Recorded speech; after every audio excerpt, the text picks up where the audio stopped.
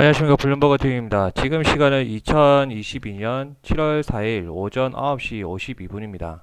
자, 오늘은 다양한 자료를 좀 보여드리겠습니다. 기술적 분석은 지금 말고 그 다음 영상에서 제가 하는 걸로 하고요.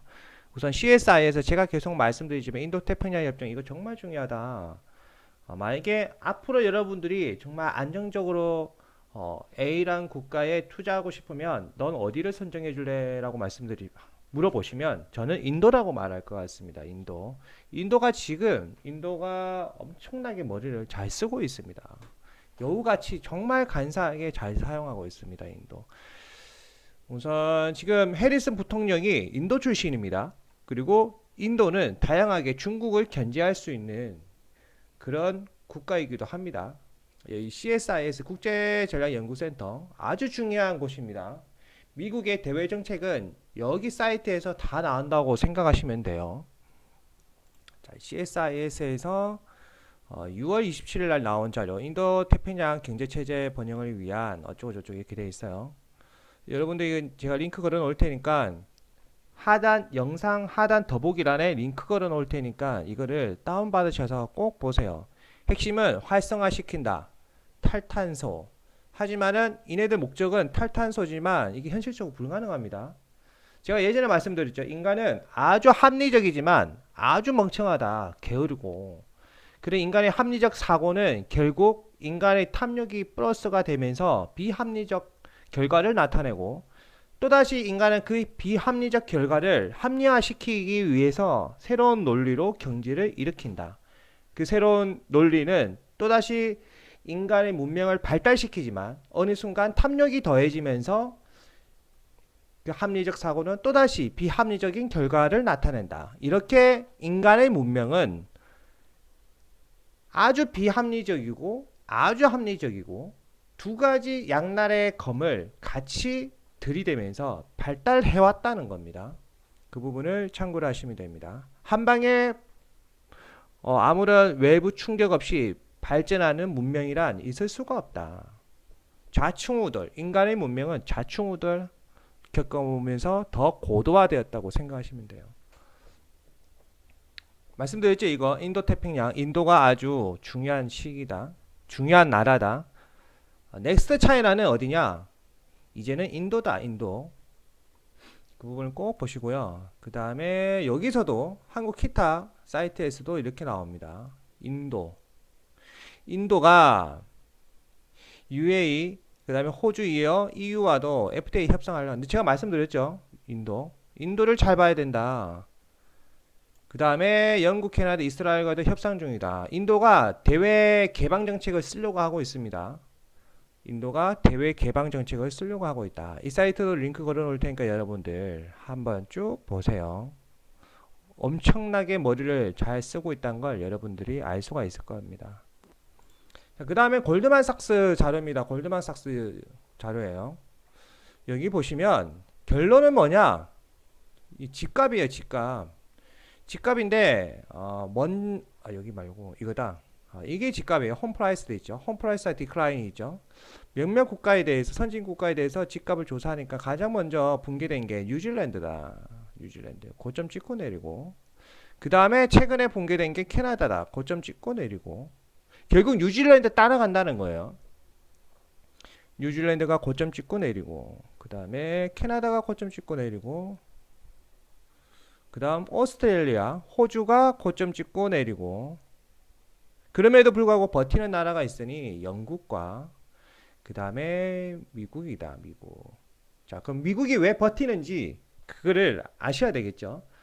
우선 이거를 여러분들이 보시면 골드만삭스 자료를 보시면 미국 집값이 안정적으로 오르는 건 결국에는 공급량이 적어서이고 두 번째 모기지 금리 나중에 말씀드릴 거예요. 미국의 모기지 금리가 지금 미국에서 대출 받으시는 그 시민들의 모기지 금리가 미국채 30년을 기준으로 계산을 하면 한 6% 이상이 된대요. 그런데 지금 말고 그 전에 기존에 받았던 대다수의 시민들 95%인가? 그 사람들은 평균을 내보니 한 3%에서 4%대다.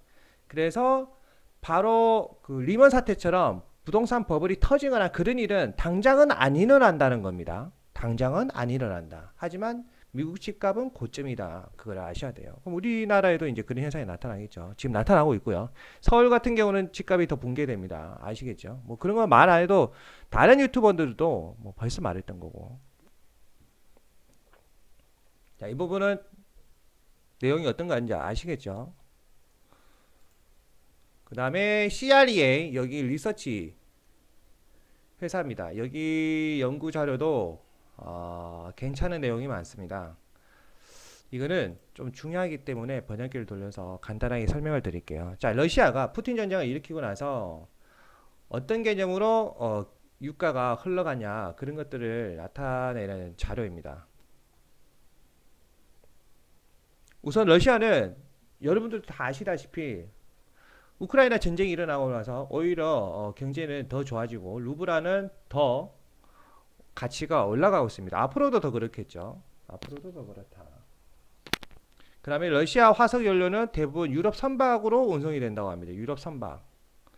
유럽 선박으로 운송이 된다. 그러면 유럽 쪽에서 유럽 선박을 사용 못하도록 EU에서 제재를 가하겠죠. 그런 부분. 그러면 러시아는 다른 나라로 석유를 수출하려면 선박이 있어야 되겠죠. 선박이 있어야 되니까 그 선박으로 어느 나라를 지정할 것이냐. 한국입니다. 한국. 한국 유조선을 쓸 확률이 아주 높다. 그렇게 생각합니다. 저는. 그건 제 개인적 사견이고.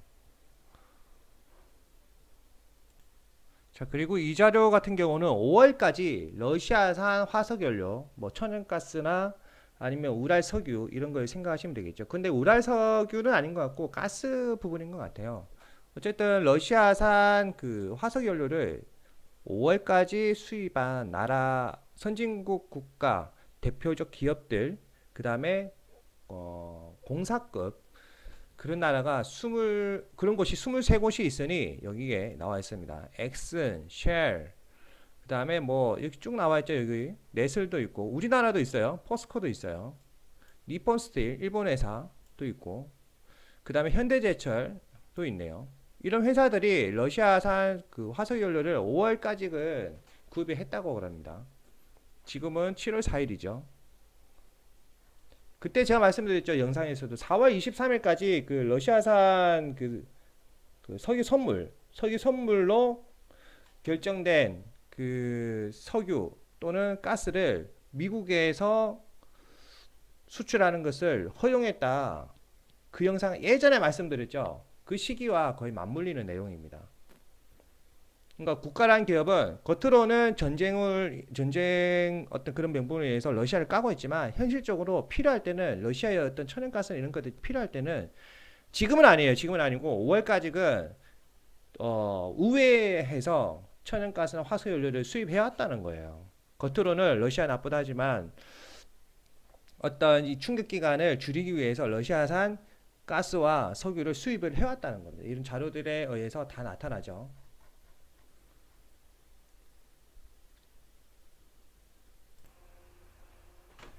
자, 이 차트 같은 경우는 2분기 GDP입니다. 2분기 GDP 예상안이 한 마이너스 2.1까지 떨어질 거라는 수치값이 나왔습니다. 이거 다 알고 계시죠? 다 알고 계시는데 한 번 더 제가 짚어드린 거예요. 그전보다 더 예상 수치값이 낮게 나올 거다.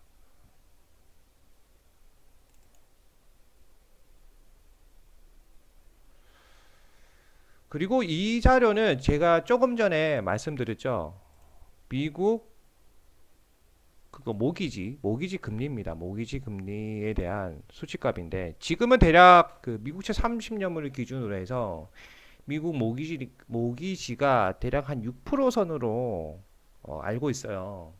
그런데 지금 대출 받으면 6% 선입니다. 그러면 어느 미친 사람들이 6%나 주고 그 모기지 대출 받아서 미국의 집을 살려고 하겠어요. 왜? 대다수는 보니까 이 숫자가 뭐냐면 프로테이지예요. 17%, 9%, 7%, 이 2.75에서 3.0 구간에 17%가 모기지 금리가 설정이 되어 있다. 이런 개념입니다. 근데 이게 고정금리인지 변동금리인지 그 부분은 안 나와 있어요. 그냥 모기지의 금리 레이트, 모기지 레이트 이렇게 나와 있단 말이에요. 고정이냐 변동이냐 그거는 따지지 마세요.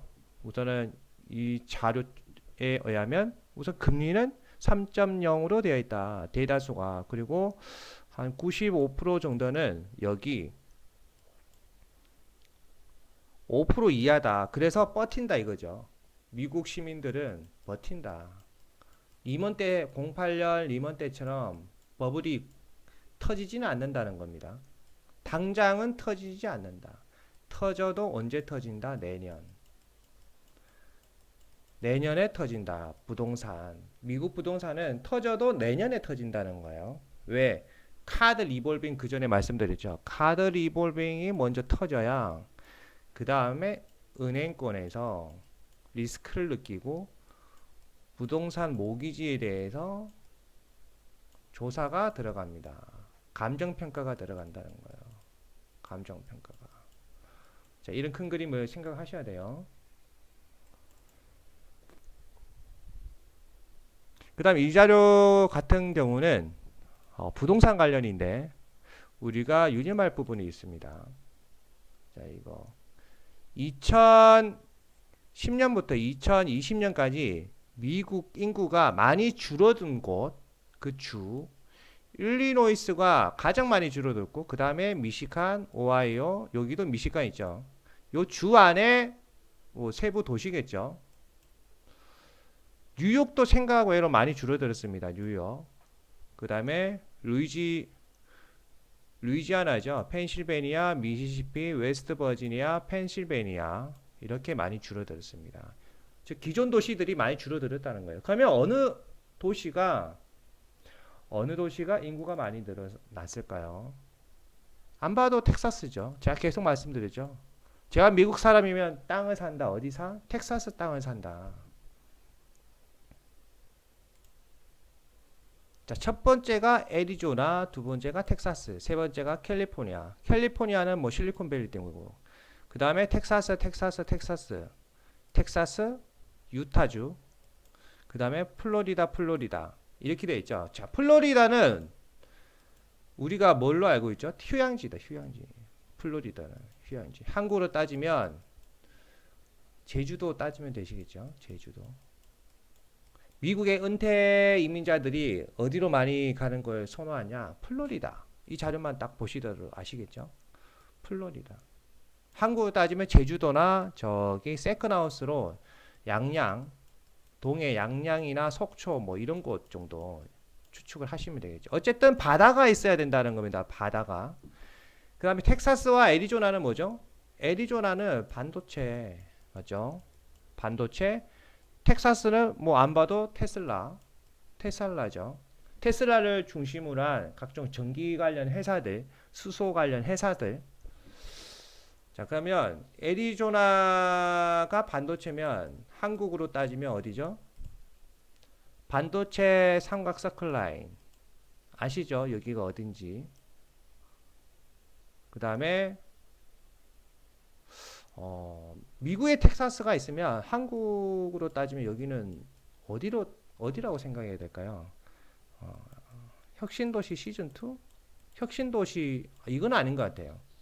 이거는 모르겠고, 한국으로 따지면 어쨌든 이런 공장, 대기업 공장이 많이 생기는 곳은 반도체 서클라인, 이곳인 건 명백합니다. 앞으로 대한민국의 인구는 반도체 서클라인 따라 계속 모인다. 서울은 어떻게 돼? 서울은 인구가 계속 빠져나간다. 조금 전에 자료 보셨죠? 뉴욕 인구가 겁나게 빠져나가는 거. 서울 인구는 겁나게 빠져난다. 결국에는 일자리다. 서울에는 누가 살아? 노인들이 산다. 노인. 왜? 병원이 잘 되어 있으니까.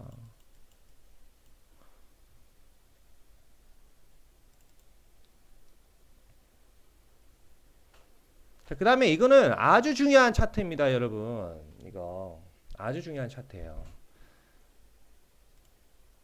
자, 이 자료에서 말하는 거 2000년도부터 2002년도까지 큰 물줄기의 흐름들인데 지금 여기 상단에서 폭락한 수치값을 계산을 해보면 대략 지금 2022년 이 시기가 2001년 마치 이때와 비슷하다는 거예요. 요 시기. 하락한 부분만 계산을 하면 이런 큰 그림이 나온다는 거예요. 이런 큰 그림이. 그러면 얼마나 하락하냐? 10%더 빠진다는 거예요. 단기 고점에서 10%더 빠지고 이때 사야 된다. 근데 이때 2001년도 마치 때 어떤 그 이벤트가 있었냐? 마치가 아니죠. AF를 18일 때 어떤 이벤트가 있었냐? FOMC가 있었다. FOMC 이거 18일이 아니구나. 여기네요. 여기 에이프릴 4일 FOMC 어쨌든 이날인가 어쨌든 FOMC를 기점으로 해서 하락 추세가 멈추고 반등이 있었다 이거예요. 2001년도에. 그러면 올해도 비슷하지 않냐 이거예요. 이거 하락률만 봤을 때는 그렇고 그게 아니라 고점 찍고 하락한 영업일수 이거 영업일수예요. 영업일수. 제가 말씀드렸죠. 더블 딥이 온다. 영업일수만 보면 대략 우리는 지금 127 영업일이에요. 127 영업일이다. 그러면 이렇게 보면 대략 뭐 이런 그림이 나오든지 영업일수를 봐도 결국엔 하락하네요. 하락할 확률이 높네요. 이걸 봐도 하락하고 그 다음에 이걸 봐도 하락하고 하락할 확률이 높네요. 그런데 왜 엊그제 골드만삭스에서는 7월달에 오른다 그렇게 말을 했을까요? 그것도 의문입니다. 자, 이 부분을 보면 그렇고 그러면 계절적 요인 시즈닝을 계산을 하면 7월 계절적 요인을 보면 요것만 보면 오르는 달이라는 거죠. 오르는 달인데 그게 아니라 2000년부터 2002년 이 큰 그림을 비교해보고 하락률을 비교해보면 지금부터 변곡점이 되어서 2차 하락이 시작되는 시점이다. 그러면 둘 중에 어느 것이냐? 그건 저도 몰라요. 저도 모르기 때문에 혹시나 저는 7월달 상승도 가능하지 않을까라고 생각을 해서 전체 투자 금액의 40%만 넣었습니다. 40%만. 나머지 60%는 언제 가지고 있다가 저는 9월 옵션 만기일경에 넣을 거예요. 그러면 더하기 빼기 하면 중립값이 나와서 빠져나올 수 있겠죠. 그 계산하고 들어갔던 거예요.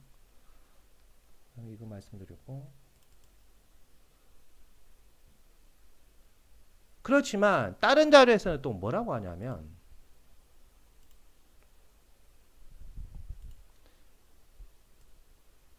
여기 숫자 1WK는 주간이에요. Net Activity G-Score 이게 뭐냐면 그거예요. 그거 쉽게 말하면 유동성이 줄어들고 있다. 넷플로 유동성이 줄어들고 있다. 그 수치값과 마켓 시장이에요. SPX. 여기서 보면 이게 주간 단위 수치값들인데 여기 3 있죠. 3. 여기 3까지 오면 항상 반등을 치더라는 거예요. 항상 시장에 자금이 없다고 하지만 그래도 이 수치값이 유동성 자금이 여기 바닥까지 오면 기술적으로라도 반등을 치더라. 지금 대략 이쯤이죠. 이쯤. 더 떨어질 수 있지만 우리가 바닥을 아는 것은 아주 힘든 거죠. 더 떨어질 수 있지만 이 차트만 보면 대략 이 구간에서는 항상 반등을 치더라. 이만큼 더 떨어질 수도 있지만 여기서 이렇게 반등을 칠 수도 있다는 거죠. 이렇게. 이 차트가 그렇다는 거예요.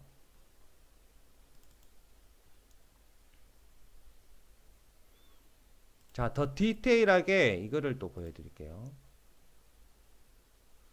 이건 뭐냐?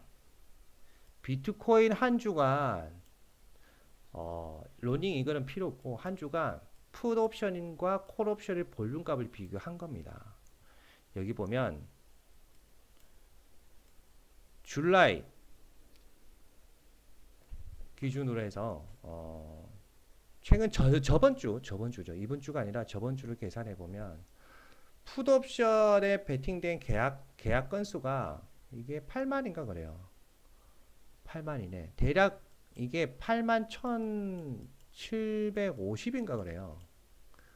81,750 정도 계약건이 풋에 베팅하는 그 선물 계약건이 콜보다 많았다는 거예요. 그래서 폭락을 했다. 하지만 최근에는 아니다. 최근에는 아니다는 거예요. 저번 주엔 그랬고 다가오는 지금 시기에는 안 그렇다는 거예요. 지금 시기에는 그 반대로 콜에 베팅을 걸고 있는 계약건이 많아지고 있다는 거예요. 선물 계약건이. 이해가 되시죠? 근데 그렇게 많지는 않아요. 대략 상대적으로 여기 보면 마이너스 1000이니까 콜의 1000계약건 정도가 비트코인이 오른다에 베팅하는 콜옵션에 계약한 그 계약건 수가 한 1000건 정도 더 많다는 거예요. 지금은. 그러면 지금 당장 오르냐? 선물은 뭐죠? 지금 당장이 아니라 다가오는 일정 기간에 베팅을 걸고 있다. 그거죠. 그러면 지금 많아지고 있는 이 비트코인이 오른다에 베팅을 건 이 콜 옵션 계약의 옵션 만기일은 언제냐? 그거는 저도 몰라요. 그것까지는 안 나왔으니까. 자, 이 영상은 이렇게 마치겠습니다. 자, 그 다음 영상에서는 좀 쉬었다가 나중에 여러분이 퇴근하시는 시간에 보실 수 있도록 기술적인 거 한번 보도록 하겠습니다. 감사합니다.